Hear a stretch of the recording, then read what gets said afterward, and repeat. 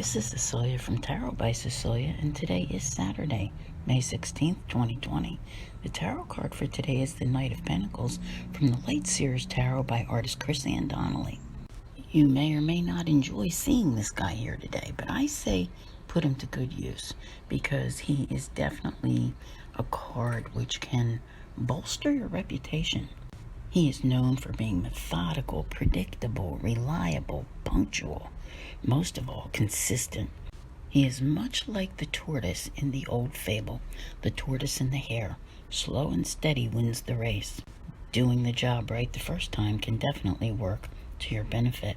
Now, if you're following me on TikTok, don't forget, please give me a follow, and you can listen to the entirety of this right now on Instagram and also on YouTube or Podbean. So what do you think here, people? I mean, I know all of this guy's good qualities and the reasons for operating in this manner. Right now, we've got the sun finishing up in Taurus, okay? Definitely that slower moving, the earthiness that's represented by this sign and this card as well. It would appear that not rushing into anything today would definitely work in your best interest.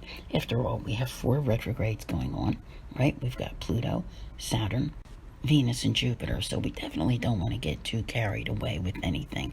I think it's more important to be thorough and get everything done properly. I'm sitting here thinking about some things that I said on Patreon a couple of months ago, and I had said that once we got past Mother's Day and we got to like the 15th or so, we were going to start seeing some sort of a change coming in. Okay, and bear with me because we're getting there. Many of you are starting to see here in the U.S. the relaxation of restrictions around, certain things that have been going on with the pandemic. And I have a feeling we'll be talking about that tomorrow as well. But the reason I'm bringing it up today is because at this point, so many of you, I'm almost seeing like a flip side to this card. There's an old saying, familiarity breeds contempt, okay?